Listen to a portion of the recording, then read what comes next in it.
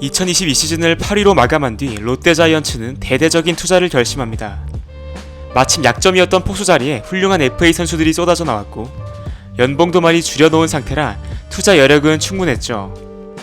FA 시장이 열리기 전부터 박세영에게 5년 90억에 BFA 단연 계약을 안겨준 롯데는 결국 유강남을 4년 80억에, 노진혁을 4년 50억에 데려오는 데 성공하며 포수와 유격수 자리를 보강합니다. 롯데 포수 유격수 상황이 워낙 처참했기에 많은 돈이 투입되었어도 이 둘의 영입은 만족스러운 영입이 될 것이라고 팬들은 생각했죠.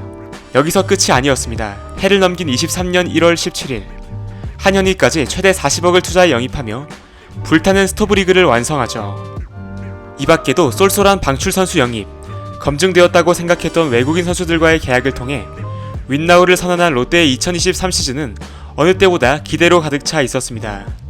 그리고 시즌 개막 후 롯데는 돌풍을 일으키며 한때 선두에 등극하기도 했고 그동안의 부진을 싣고 포스트 시즌으로 향할 것이라는 기대감을 높였는데요.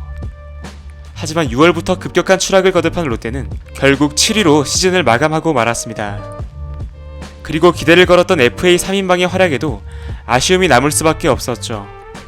먼저 한현희, 롯데 이적 후 커리어 최악의 성적을 찍었습니다.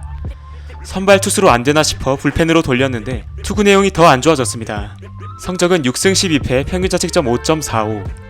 제구력이 더 나빠졌고 평균 구속도 하락하며 자녀 계약 기간에 대한 기대감도 낮아졌죠.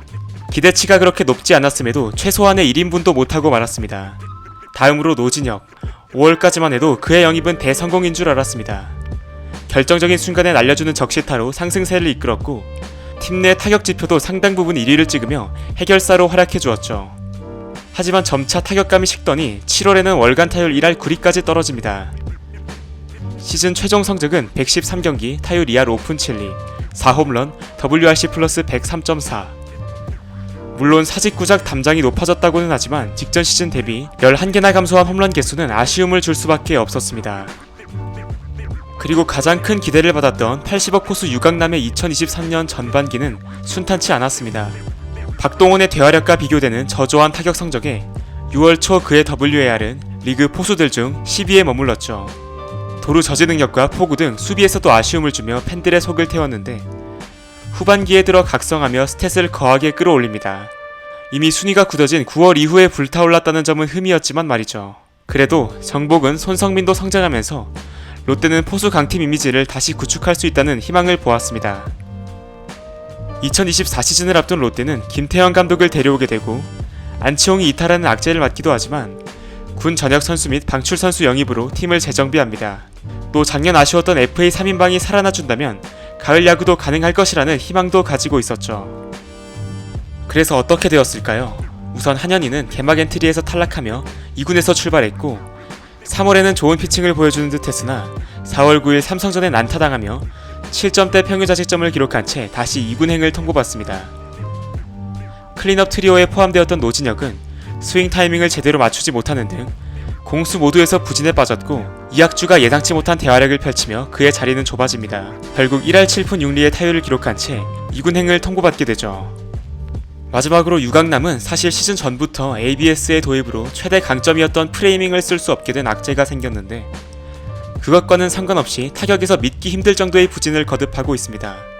개막 전부터 2-3진의 병살타로 찬스를 끊었고 수비에서도 홈송구 포구 미스로 실점을 허용하는가 하면 아쉬운 볼배합으로 결정적인 장타를 얻어맞으며 팀의 마이너스가 되고 있었습니다.